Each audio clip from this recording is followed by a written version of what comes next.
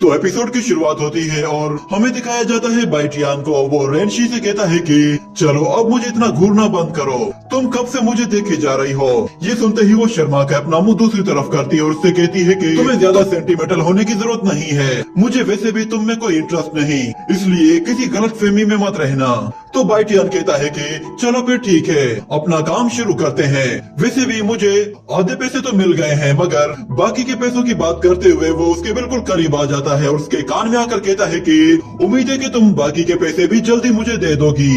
ये कहकर वो उसके पास ही बैठ जाता है, जिस पर वो लड़की कहती है कि इसे तो सिर्फ पैसों की लालच है और किसी चीज की परवाह नहीं। मगर फिर दूसरी तरफ बाइटियान अपने पैरों से टच करके उसे कहता है कि चलो शुरू करते हैं, जिस पर वो लड़की अपने बिस्तर पे अपनी साइड पे सो जाती है और बाइटियान भी वहीं पे उसके बराबर में लेट जाता है। और बाइटियान इस तरह लेटा हुआ था कि रेनशुई को उस पर बहुत गुस्सा आने लगा था, मगर वो खुद को कंट्रोल करती है। जिसके बाद वो स्पाइडर गर्ल से कहती है कि तुम अपना काम शुरू करो। ये सुनते ही बाइटियान सीधा लेट जाता है और फिर स्पाइडर गर्ल जैसे ही मेमोरी स्टोन का इस्तेमाल करती है तो अचानक से रेनशी कहती है कि रुक जाओ, मुझे ये कुछ ठीक नहीं लग रहा। मेरे ख्याल से इस तरह छोड़ने से किसी को भी यकीन नहीं आएगा कि हमारे बीच में कोई कनेक्शन है। ये कहने के बाद वो खुद को मेंटली तैयार करते हुए बाइटियान की तरफ खिसकना शुरू हो जाती है और फिर देखते ही देखते अचानक से अपना सिर बाइटियान के कंधे पर रख देती है, जिस पर बाइटियान भी खुश होते हुए अपना हाथ उसके कंधे की तरफ आगे बढ़ाता है, जिस पर रेनशी को काफी अच्छा फील होता है और वो कहती है कि पता नहीं क्यों पर मुझे ऐसा फील हो रहा है कि जैसे मैं बिल्कुल सेफ हूँ। और दूसरी तरफ स्पाइडर गर्ल कहती है कि अच्छा ठीक है, तो फिर मैं तुम्हारी तस्वीर बनाने के लिए तैयार हूँ। ये सुनते ही रेनशी अपना हाथ उसके पेट पे रखने वाली होती है, मगर फिर वो अपना हाथ सीधा उसके कंधे की तरफ ले जाती है। ये देखकर बाइटियान अपना हाथ उसके कंधे पे जाके रखता है और स्पाइडर गर्ल अपना काम शुरू कर देती है। जिसके बाद हम देखते हैं कि अचानक रेनशी अपनी एक टांग बाहर निकालकर बाइटियान की टांग के ऊपर रख देती है। ये देखकर स्पाइडर गर्ल को ऐसा फील होता है कि जैसे रेनशी को उसमें इंटरेस्ट है, इसीलिए वो उसके इतना ज्यादा करीब आ रही है। और उन दोनों की मेमोरीज को सिक्योर करने के बाद स्पाइडर गर्ल रेनशी से कहती है कि हमारा काम हो गया है, चलो उठ जाओ। मगर रेनशी नहीं उठती, जिस पर स्पाइडर गर्ल उससे दोबारा कहती है कि हमारा काम हो गया है, हमें चलना चाहिए। ये सुनते ही रेनशी फौरन से होश में आ जाती है और बाइटियान से फौरन से पीछे हट जाती है और शर्माते हुए फौरन से उस बेड से नीचे उतरकर स्पाइडर गर्ल को लेकर बाहर चली जाती है।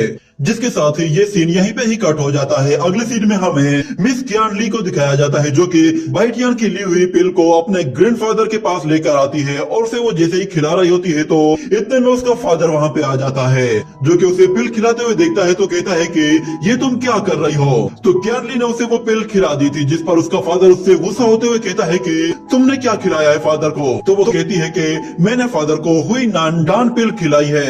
ये सुनकर उसकी सिस्टर इन लॉ कहती है कि क्या हुई डांड पिल तुम्हें कहाँ से मिल गई। तो वो बताती है मुझे ये पिल असल में 300 गोल्डन कॉइन्स के बदले में मिली है। ये सुनते ही उसकी सिस्टर कहती है कि 300 गोल्डन कॉइन में तुम्हें हुईनान पिल मिल गई, ये हो ही नहीं सकता, तुम्हें जरूर किसी ने बेवकूफ बनाया है। तो उसका फादर कहता है कि तुम्हें कम से कम ये पिल अपने फादर को खिलाने से पहले मुझे दिखानी तो चाहिए थी, कम से कम हमें पता तो चलता कि ये पिल असली है या नकली। तुम सच में इतनी बेवकूफ कैसे हो सकती हो। वो लोग उसकी काफी बेइज्जती कर रहे थे, मगर दूसरी तरफ उसकी सिस्टर इन लॉ देखती है कि ग्रैंडफादर की तबीयत अब ठीक होने लगी है, यानी कि वो पिल अपना असर दिखा रही है। ये सुनते ही कियान ली का फादर फौरन से ग्रैंडफादर के पास आ जाता है, उसकी तबीयत को चेक करता है और अपनी एनर्जी का इस्तेमाल करते हुए उस पिल को उसकी बॉडी के अंदर जल्द से जल्द एब्जॉर्ब करने की कोशिश करता है। जिसके बाद अचानक से उसका फादर आंखें खोलता है, जिस पर वो सब लोग हैरान हो जाते हैं कि ये पिल तो काम कर गई। और उसका बेटा भी बहुत खुश होता है कि फाइनली मेरा फादर होश में आ गया है। और कियान ली कहती है देखा मैंने आपसे कहा था ना, ये पिल वाकई में असली है, अब तो आप सबको पता चल गया होगा। जिसके बाद ये सीन कट हो जाता है। अगले सीन में हम लोग दोबारा से बाइटियान को देखते हैं, जो कि अपने घर के अंदर कल्टीवेशन कर रहा होता है और वहीं पे एलकियो उसकी पिल्स के साथ टाइम पास कर रहा था। इसी तरह कुछ देर गुजरती है तो एलकियो वापस से बाइटियान के पास चला जाता है, तो बाइटियान फौरन से अपनी कल्टीवेशन को रोकता है और हमें पता चलता है कि बाइटियान पूरी रात कल्टीवेशन करके ही गुजार रहा था। और वो एलकियो से कहता है कि चलो क्यों ना आज हम लोग ब्लू फायर सेट का चक्कर लगाएं। काफी दिन से हम वहाँ नहीं गए। ये कहने के बाद अगले सीन में हम लोग देखते हैं कि जब वो ब्लू फायर सेट में जाता है तो वहाँ पे 6 एल्डर पहले से ही मौजूद होता है, जो कि बाइटियन को देखते ही बहुत खुश होता है और कहता है कि फाइनली तुम वापस आ ही गए। मुझे पूरा यकीन था कि तुम सेट को ज्वाइन करोगे।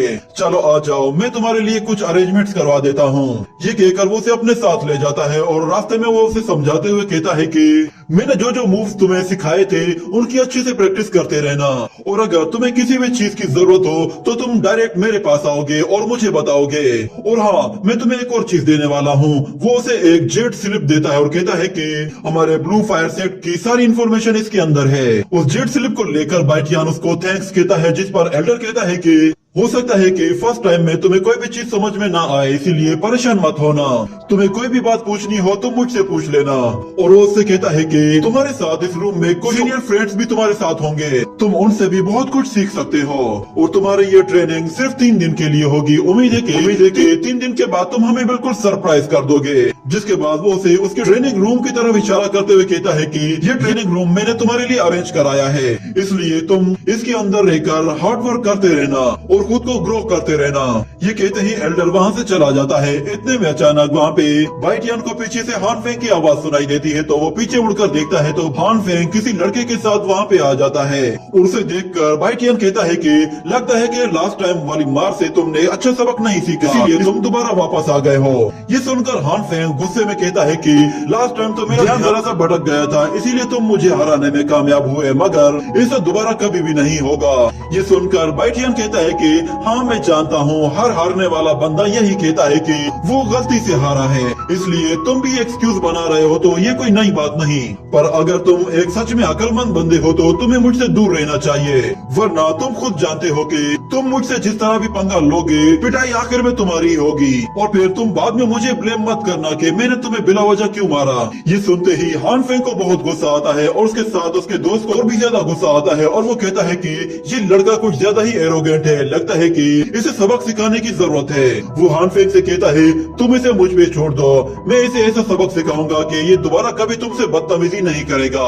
ये सुनकर बाइटियन भी उससे लड़ने के लिए बिल्कुल तैयार हो जाता है और पलक झपकते ही उसके बिल्कुल पीछे आकर उसे एक जबरदस्त किक मारकर पीछे धकेल देता है। ये देखकर वो बंदा भी गुस्से में आकर बाइटियन की तरफ तेजी से हमला करने के लिए आता है, और हम देखते हैं कि जैसे ही उनके बीच में फाइट होती है तो वो बाइटियन पर फर्स्ट अटैक करता है, मगर बाइटियन फिर से उसके चुंगल से निकलकर उसके दूसरी तरफ आ जाता है और उस पर एक जबरदस्त किक से अटैक करता है, जिससे वो बंदा वहाँ से दूर जा गिरता है। बाइटियन की किक से उसको हल्की सी इंजरी भी हुई थी, मगर वो हार मानने को तैयार नहीं था।